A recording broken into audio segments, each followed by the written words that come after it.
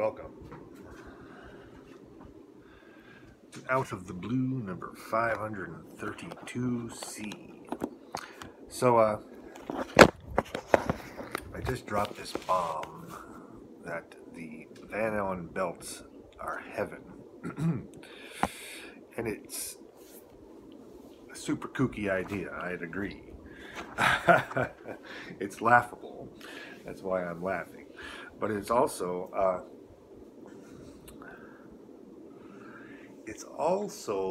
a new realm to explore, because in the 50s, I have these old books about the 50s and talking about the year 2000 when man will explore the cosmos, and here it is 2020, and that actually has not happened. So where is the realm to explore? And I suggest that the next realm of exploration is heaven, aka the Van Allen belts. And there's some information in the old spiritualist that's kind of interesting. There's some information in Swedenborg that's kind of interesting. But most interesting, I think, is going to be the up-and-coming information. So we'll look into that. But for now, I'm going to read a little bit about this. The spirit spheres, aka the Van Allen belts, aka heaven. J. Hewitt Mackenzie, the 1916 edition, page 161. Clothing. The soul of man is born into the spirit world nude. There he is clothed in garments prepared for him much in the same way as is done when he arrived as a babe on earth. The substance from which clothing is manufactured is extracted from the atmosphere. This fact need not surprise us, for most of the material which man need upon earth is supplied from the atmosphere by chemical action operating through the animal and plant life around them.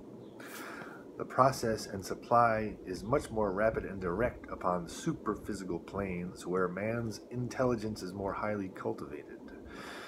Skilled chemists and engineers have constructed machines which may be termed chemical generators, which, revolving at a high velocity, draw from the air particles of matter of various qualities and substances, from which are manufactured articles similar to cloth, glass, bricks, stone, wood, metal, etc. These machines, viewed outwardly, look simple in appearance, but internally are most intricate and remind one somewhat of a dynamo for generating electricity. I'm going to skip ahead. Page 163.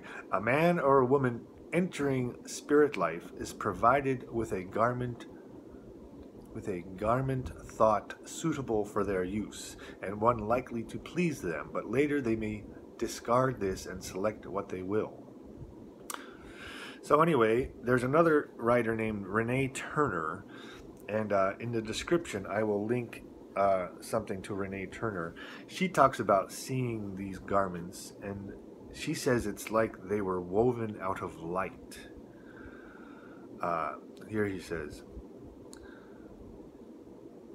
these garments, fortunately, do not become soiled, but are rather purified in their nature and composition by the action of the life force of the spirits who wear them.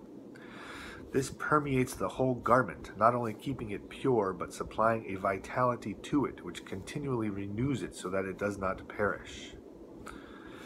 Upon the lower planes, garments have a tendency to look dull, but upon the upper, they give forth a fine luster and become, in some cases, dazzling in appearance.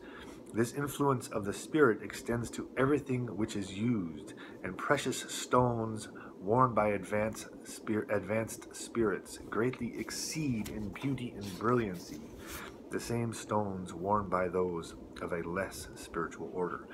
So your own spiritual glow permeates your clothes. And so this is a description of the clothes. There's other descriptions of the houses. It's all very interesting, and it's all very material. And so I'm going to link below to Rene Turner's near-death experience, where she mentions seeing these garments made out of woven light. And so this is just one little detail that we have, and there's a vast body of work describing this world. So we're going to move forward with the assumption that the Van Allen belts are heaven, and that the heaven and the Van Allen belts, the exploration of this place, is the next great task for humanity. Thanks. See ya. Bye.